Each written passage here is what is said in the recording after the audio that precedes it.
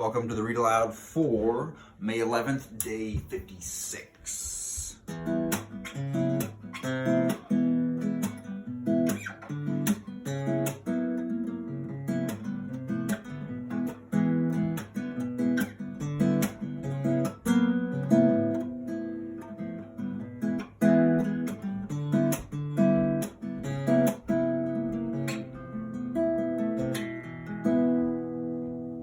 Good enough for today.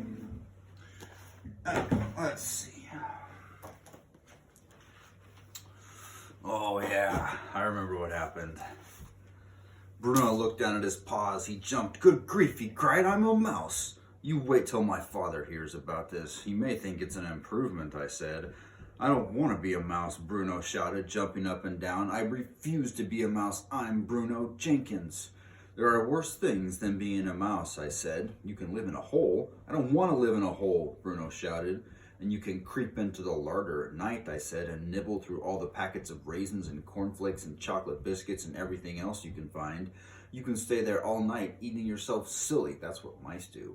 No, that's a thought, Bruno said, perking up a bit. But how am I going to open the door of the fridge to get at the cold chicken and all the leftovers? That's something I do every evening at home. Maybe your rich father will get you a special little mouse fridge all to yourself, I said, one that you can open. You say a witch did this to me, Bruno said. Which witch? The one who gave you the chocolate bar in the hotel lobby yesterday, I told him. Don't you remember? That filthy old cow, he shouted. I'll get her for this. Where is she? Who is she?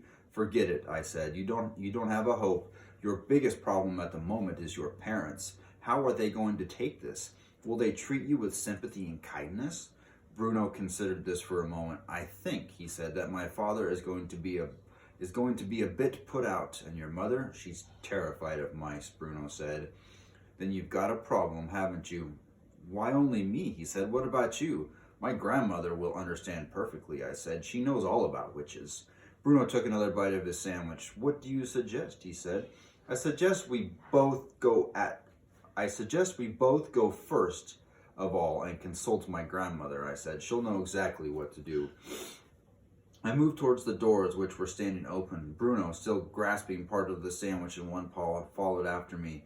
When we get out into the corridor, I said, we're going to run like mad. Stick close to the wall all the way and follow me.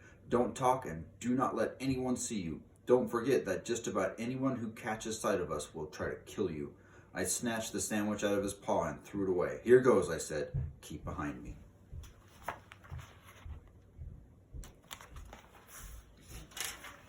Hello, Grandmama.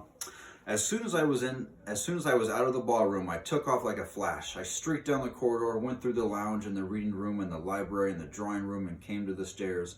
Up the stairs I went, jumping quite easily from one to the other, keeping well in against the wall all the time. Are you with me, Bruno? I whispered. Right here, he said. My grandmother's room and my own were on the 5th floor. It was quite a climb, but we made it without meeting a single person on the way because everyone was using the lift. On the 5th floor, I reached along the corridor to the door of my grandmother's room. A pair of her shoes was standing outside the door to be cleaned. Bruno was alongside me. What do we do now? He said. Suddenly, I caught sight of a chambermaid coming along the corridor toward us. I saw at once that she was the one who had reported me to the manager for keeping white mice. Not, therefore, the sort of person I wanted to meet in my present condition. Quick, I said, hide in one of those shoes. I hopped into one shoe and Bruno hopped into the other. I waited for the maid to walk past us, but she didn't. When she came to the shoes, she bent down and picked them up. I'm doing this. She put her hand right inside the one I was hiding in. When one of her fingers touched me, I bit it. It was a silly thing to do, but I did it instinctively without thinking. The maid let out a scream that must have been heard by ships far out into the English Channel, and she dropped the shoes and ran like the wind down the corridor. My grandmother's door opened. What on earth is going on out here, she said, and I darted between her legs and into a room, and Bruno followed me. Close the door, Grandmama, I cried. Please hurry.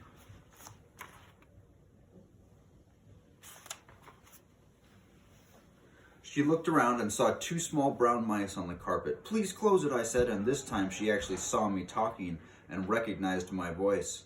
She froze and became absolutely motionless. Every part of her body, her fingers and her hands and her arms and her head became suddenly as stiff as a marble statue. Her face turned even paler than marble, and her eyes were stretched so wide I could see the whites all around them. And then she started to tremble. I thought she was going to faint and fall over. "Please close the door quickly, Grandmama," I said. "That awful maid might come in." She somehow managed to gather herself together enough to close the door. She leaned against it, staring down at me, white-faced and shaking all over. I saw tears beginning to come out of her eyes and go dribbling down her cheeks. "Don't cry, Grandmama," I said. "Things could be a lot worse. I did get away from them. I'm still alive, and so is Bruno." Very slowly, she bent down and picked me up with one hand, and then she picked up Bruno with the other hand and put us both on the table. There was a bowl of bananas in the center of the table, and Bruno jumped straight into it and began tearing away with his teeth at one of the banana skins to get at the fruit inside. My grandmother grasped the arm of her chair to steady herself, but her eyes never left me. "Sit down, dear Grandmama," I said. She collapsed into the chair. "Oh, my darling," she murmured, and now the tears were really streaming down her cheeks. "Oh, my poor sweet darling, what have they done to you?" "I know what they've done, Grandmama, and I know what I am, but the funny thing is that I don't honestly feel especially bad about it. I don't even feel angry. In fact, I feel rather good. I know I'm not a boy any longer, and I never will be again, but I'll be quite all right as long as there's always you to look after me." I was not just trying to console her. I was being absolutely honest about the way I felt. You may think it odd that I wasn't weepy myself. It was odd. I simply can't explain it. "Of course I'll look after you," my grandmother murmured. "Who was the other one?" "That was a boy called Bruno Jenkins," I told her. "They got him first."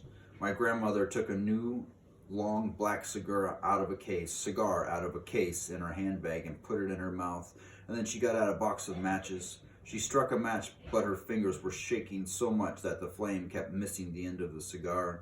When she got it lit at last, she took a long pull and sucked in the smoke. That seemed to calm her down a bit. "Where did it happen?" she whispered. "Where is the witch now? Is she in the hotel?" "Grandmama," I said, "it wasn't just one. It was hundreds. They're all over the place. They're right here in the hotel this very moment." She leaned forward and stared at me. You don't actually mean to tell me they're holding the annual meeting right here in the hotel?" "They've held it, Grandmama. It's finished. I heard it all. And all of them, including the Grand High Witch herself, are downstairs now. They're pretending they're the Royal Society for the Prevention of Cruelty to Children. They're all having tea with the manager."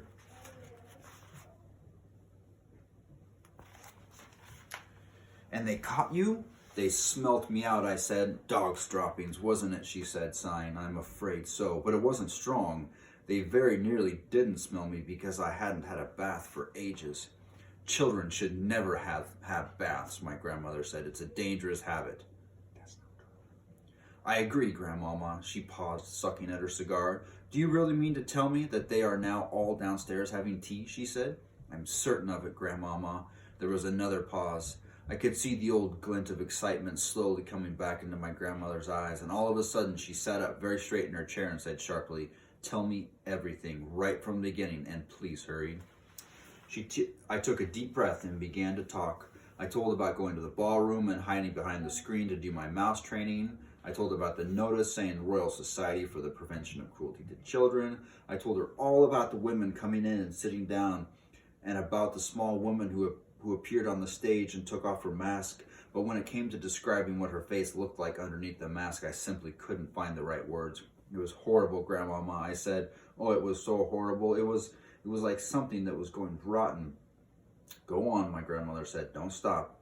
And then I told her about all the others taking off their wigs and their gloves and their shoes, and how I saw before me a sea of bald, pimply heads, and how the women's fingers had little claws, and how their feet had no toes. My grandmother had come forward now in her armchair so that she was sitting right on the edge of it. Both her hands were cupped over the gold knob of the stick she always used when walking, and she was staring at me with eyes as bright as 2 stars. And then I told her how the Grand High Witch had shot out the fiery, white-hot sparks, and how they had turned one of the other witches into a puff of smoke. "I've heard about that," my grandmother cried out excitedly, "but I never quite believed it. You are the first non-witch ever to see it happening. It is the Grand High Witch's most famous punishment. It is known as getting fried, and all the other witches are petrified of having it done to them.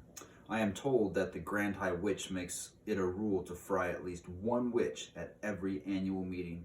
She does it in order to keep the rest of them on their toes. But they don't have toes, Grandmama. I know they don't, my darling, but please go on. So then I told my grandmother about the delayed action mouse maker, and when I came to the bit about turning all the children of England into mice, she actually leapt out of her chair shouting, I knew it!